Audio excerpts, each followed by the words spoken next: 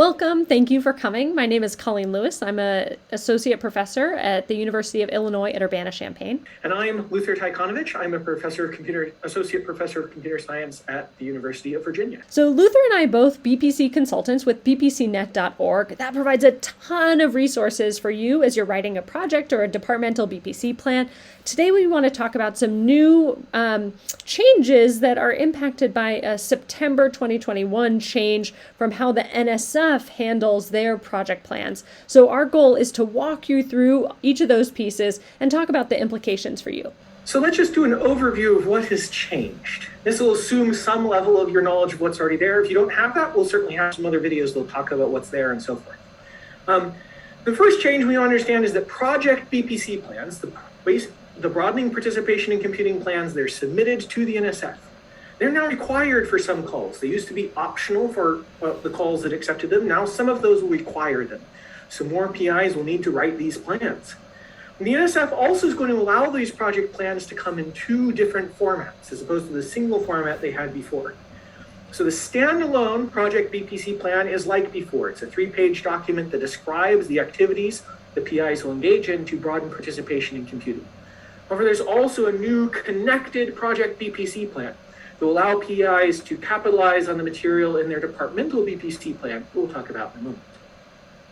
Departmental BPC plans may now be part of an NSF submission. They're still not submitted on their own to the NSF, but in a connected project BPC plan, the departmental project BPC plan is part of that submission. And that means the departmental plans are going to need to follow the formatting guidelines that proposals to the NSF need.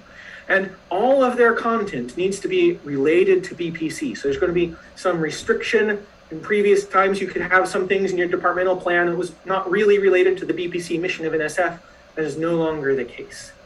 To support these changes, there are new checklists on bpcnet.org, 3 checklists, one for standalone project BPC plans, one for connected project BPC plans, and one for departmental project BPC plans. They're an effort to collect all of the things you should be thinking about as you're writing these, and so you can check off your work and make sure that it's meeting all of the goals. The official rules, however, are not bpcnet.org. They are the NSF publications.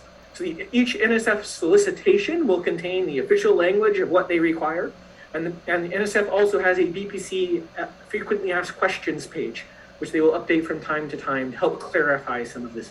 So before we go on, the next thing we're going to talk about is how people will pick between doing a standalone or connected project BPC plan. Okay, so we have a flow chart here that's also available on bpcnet.org. And the big picture questions we need you to ask is, do all PIs on the project have a verified department plan at their institution? And departmental plans are submitted to bpcnet.org for verification, ensuring they meet the requirements or the checklists there.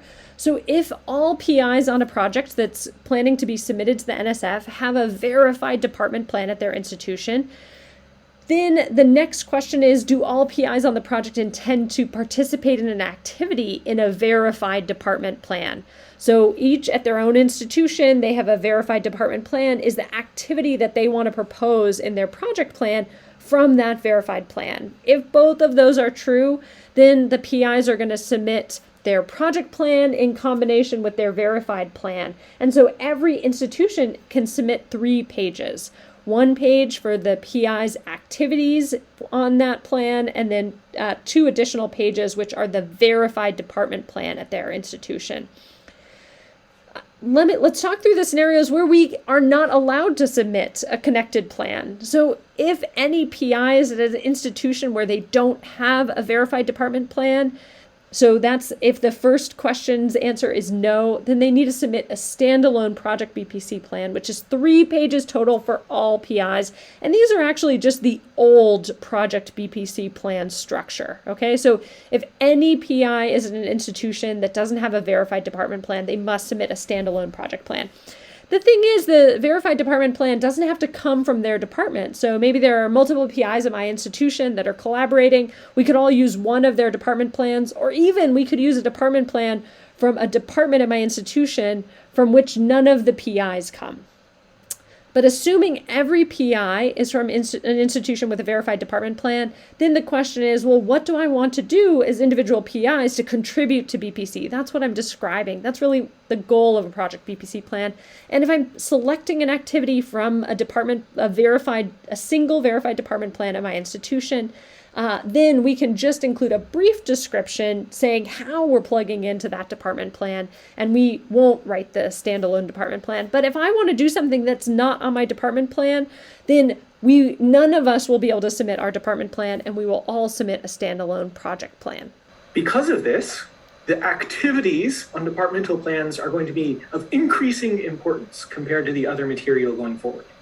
So I'm going to talk a little bit more about that on the next slide. So let's now talk about some specific changes to the departmental BPC plans. Because these departmental BPC plans can now be part of a connected project BPC plan, those BPC plans that contain the departmental plan as well as one page about what the PIs are doing, there's some additional guidance and changes we need to make about those. So first, they're going to be submitted as doc or docx files to bpcnet.org for verification.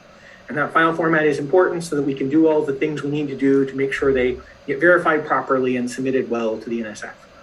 They have to obey the NSF formatting rules about font sizes and margins and so on, which they didn't used to have to do. The effective dates have been changed. Previously, the authors of the plan would pick their own effective dates. Now they're going to be verified for 2 years. When you submit them and they are verified, they will then last for 2 years. If the plan hasn't changed and you want to re-verify it, you could just resubmit it at the time, although we expect over 2 years, something about what you're planning to do will likely change.